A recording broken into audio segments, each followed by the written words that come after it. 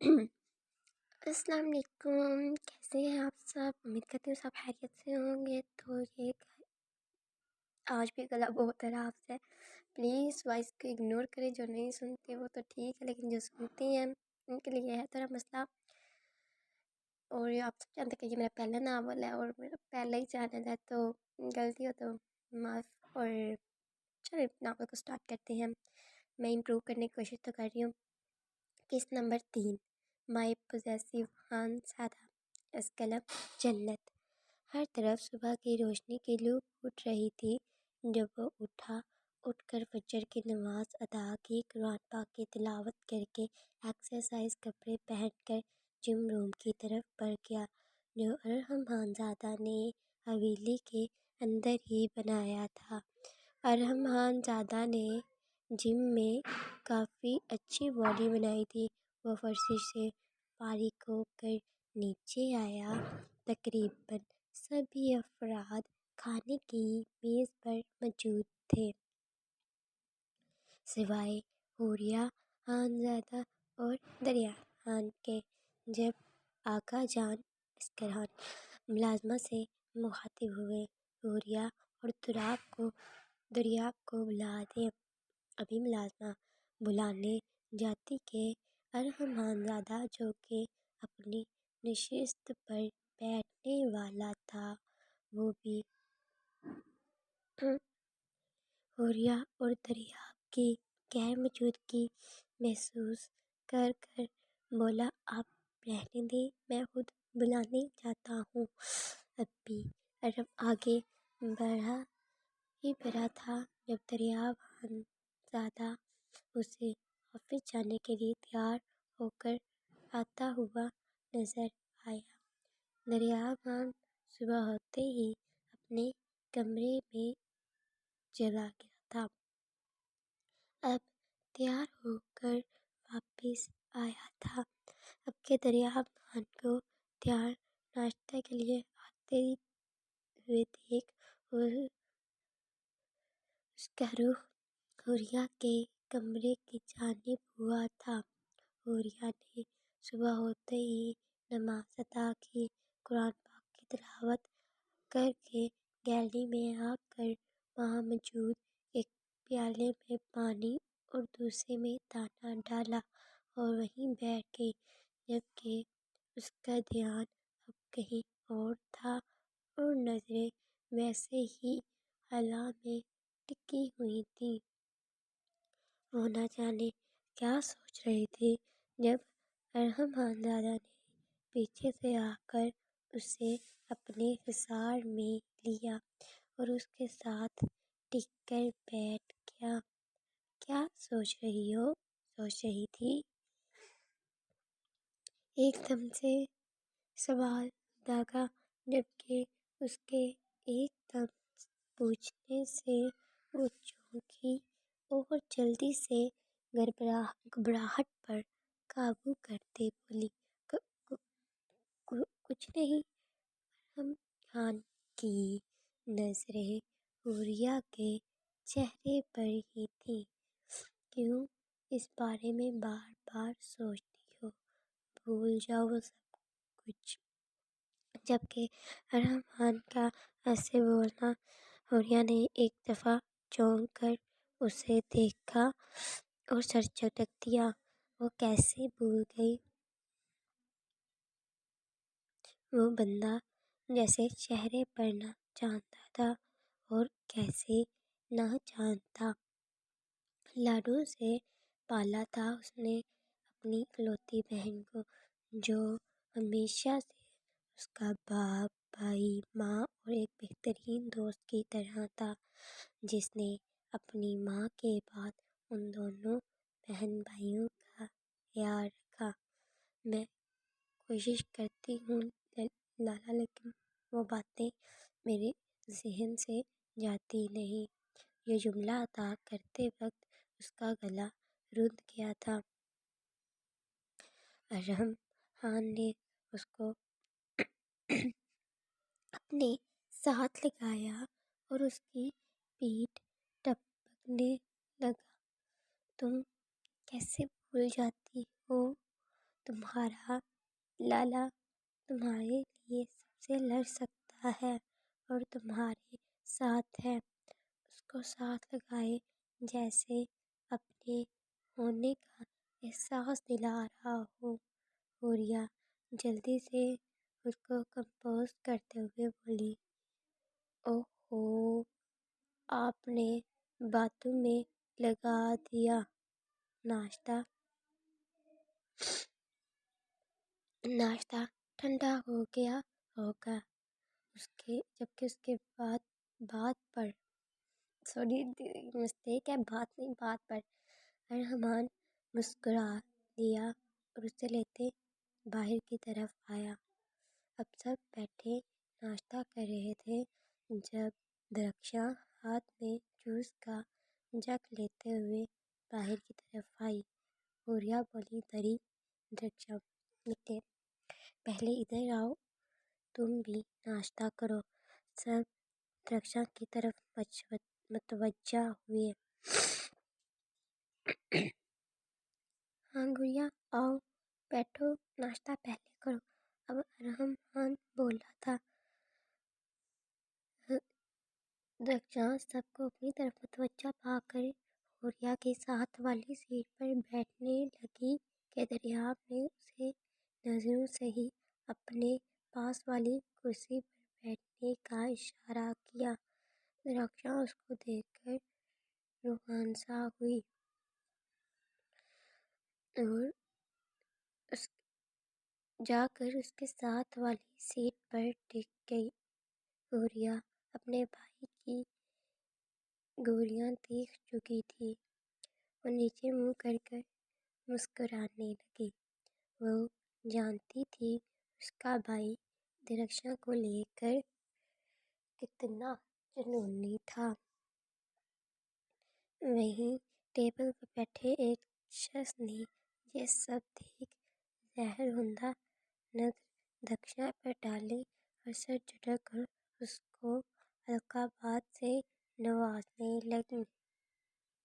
بد چلن نہ ہو تو جو پاس بیٹھی قبرہان نے بخوبی سنا تھا اور اپنی بیٹی کے لیے ایسے الفاظ سن کر آنسو اپنے اندر اتارنے کی کوشش کرنے لگی۔ ونیلا بیگم روحان کی دوسری بیوی کو کوئی جواب نہ دیا اور ایک نظر بیٹی بھتیجے پر ڈالی جو درخشاں کو خود کھانا کھلا رہا تھا۔ سر جھکا گئی جبکہ باقی سب بھی سر نیچے کیے ناشتہ کرنے میں مصروف تھے۔ یہ روز کا تھا، دریاب خود درخشاں کو ناشتہ کرواتا تھا۔ سب بڑی حویلی والے جانتے تھے وہ ایک بے شرم خان ہے، اس لیے سر جھکائے کھا رہا تھا۔ جب ارحمان نے اپنے آقا جان اور بابا کی طرف دیکھ کر بولا، مجھے آپ سے بات کرنی ہے، میں چاہتا ہوں اب آیت کو اس گھر آ جانا چاہیے۔ اس کی بات کا مطلب سب سمجھ گئے تھے۔ اس کے بعد ظہور خان نے ایک نظر بیٹے کو دیکھا اور پھر باپ کو دیکھ سر جھکا کے آقا جان کچھ دیر اسے دیکھتے رہے، پھر ایک نظر ہوریا پر ڈالی جو کہ اپنے بھائی کی بات سن کر پھر ہی خوش ہو گئی تھی۔ پھر بولے، میں سپن خان سے بات کرتا ہوں۔ اور ارحم کی بات سن کر باقی سب جیسے کہ خوش ہوئے۔ وہیں پاس بیٹھی نیلم بیگم کو تو آگ ہی لگ گئی۔ وہ ایسا نہیں چاہتی تھی لیکن فی الوقت کچھ بول بھی نہیں سکتی تھی۔ ارحم خان سے تو ان کو بھی ڈر لگتا تھا۔ اپنا غصہ ضبط کر گئی اور بعد میں ظہور سے بات کرنے کا انہوں نے سوچ لیا تھا۔ ظہور خان کے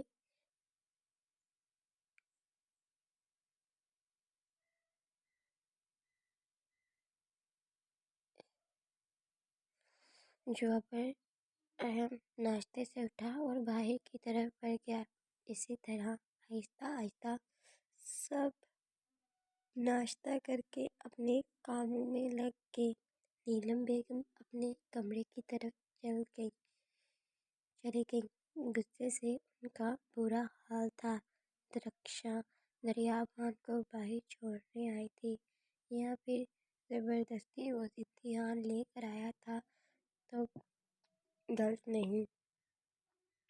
دریاب پیچھے کی طرف مڑا اور بولا، چلو اب مجھے اچھے سے خدا حافظ کرو۔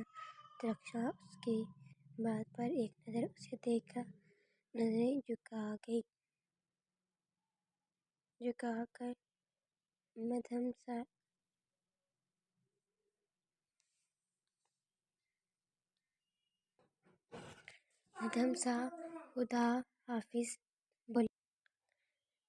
سا خدا حافظ بولی۔ اوہو، ایک تو تمہیں سب کچھ مجھے ہی سکھانا پڑتا ہے۔ یہ کہتے ہی اس کے ہونٹوں پر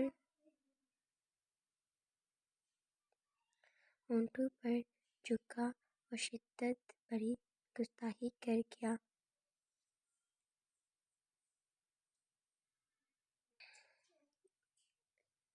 اس کے سرعام اس کے یوں ہی باہر ایسے اچانک کرنے پر درخشاں کے تو چوتھا طبق جیسے روشن ہوئے تھے۔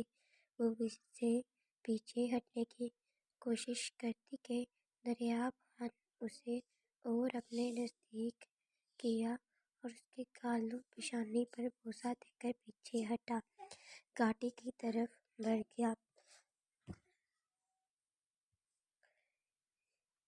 یہ چھوٹی حویلی کا منظر ہے جہاں سب بیٹھے ناشتہ کر رہے تھے۔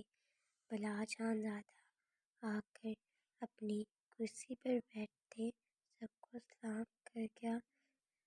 کر کے ساتھ بیٹھی آیت کے سر پر پیار کیا۔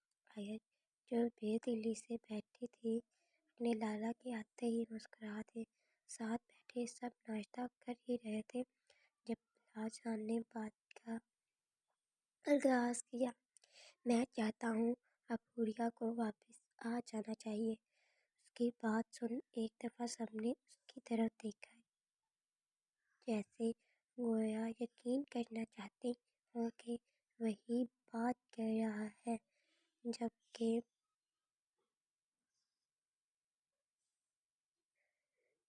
بلاج خان زادہ سب کو اپنی طرف ایسے حیرت سے دیکھتا پا کر کچھ جذب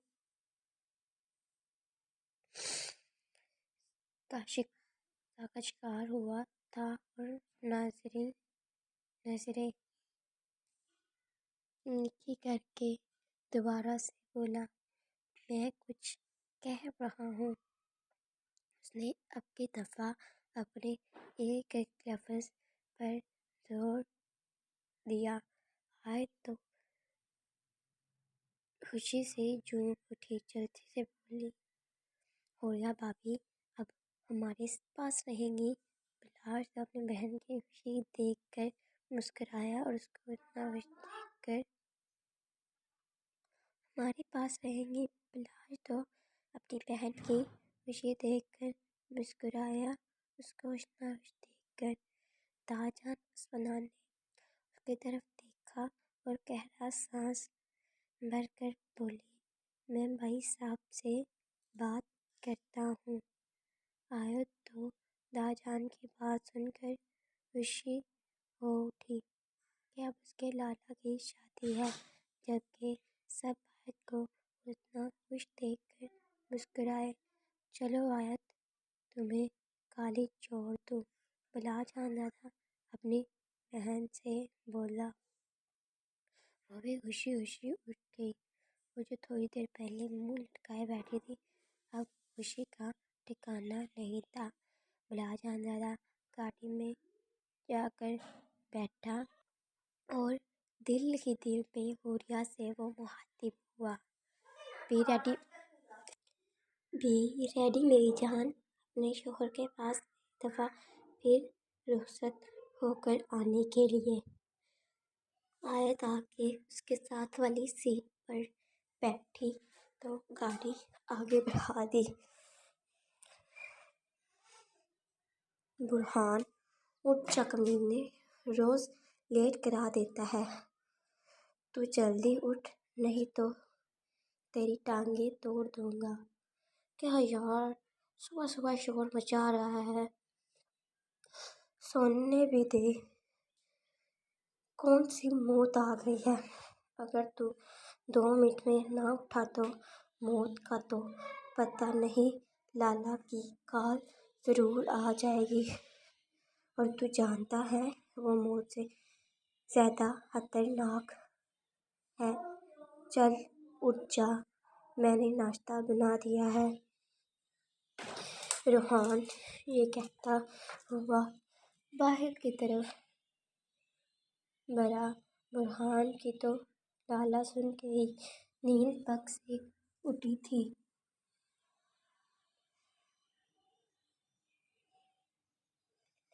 وہ منہ بسوڑتے ہوئے اٹھ بیٹھا۔ یار روحان ایک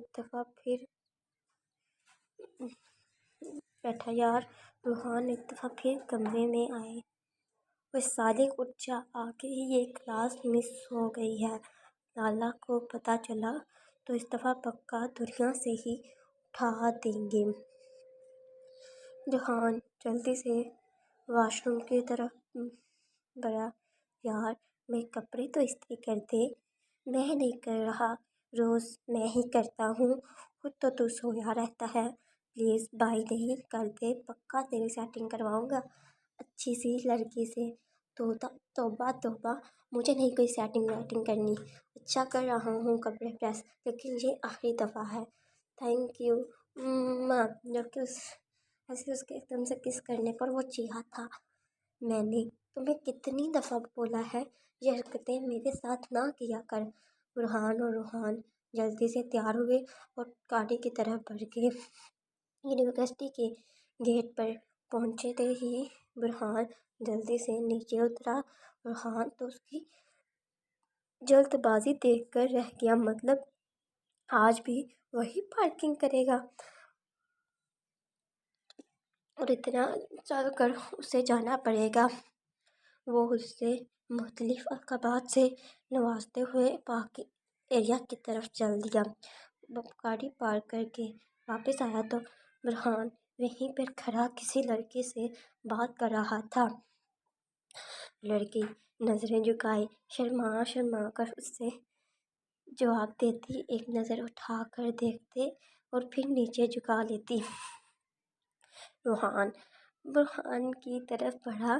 برہان، تو اپنی بہن سے کھڑا ہو کر باتیں کر رہا ہے اور وہاں کلاس کے لیے ہم لیٹ ہو رہے ہیں۔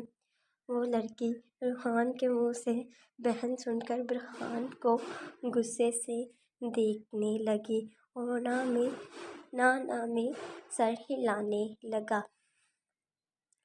اتنی دیر میں روحان اسے کھینچتا ہوا آگے لے گیا۔ میں نے سوچا تو کلاس میں چلا گیا ہوگا، آگے ہی لیٹ ہو گئے ہیں، تو کہیں پر بھی باز نہ آنا، اور تو یہاں کھڑا ہو کر فلرٹ کر رہا تھا۔ یہ تو نے کیا کیا؟ آگے ہی مشکل سے پٹی تھی، پہلی والیوں کو بھی تو نے بھگا دیا، اور مجھ سے نہیں یہ کلاس لی جاتی۔ اچھا پھر لالا کو بتا دو کہ تم سے نہیں لی جاتی، اور سب کو میں نے نہیں تھا بھگایا۔ تو بھول رہا ہے پچھلی دفعہ جب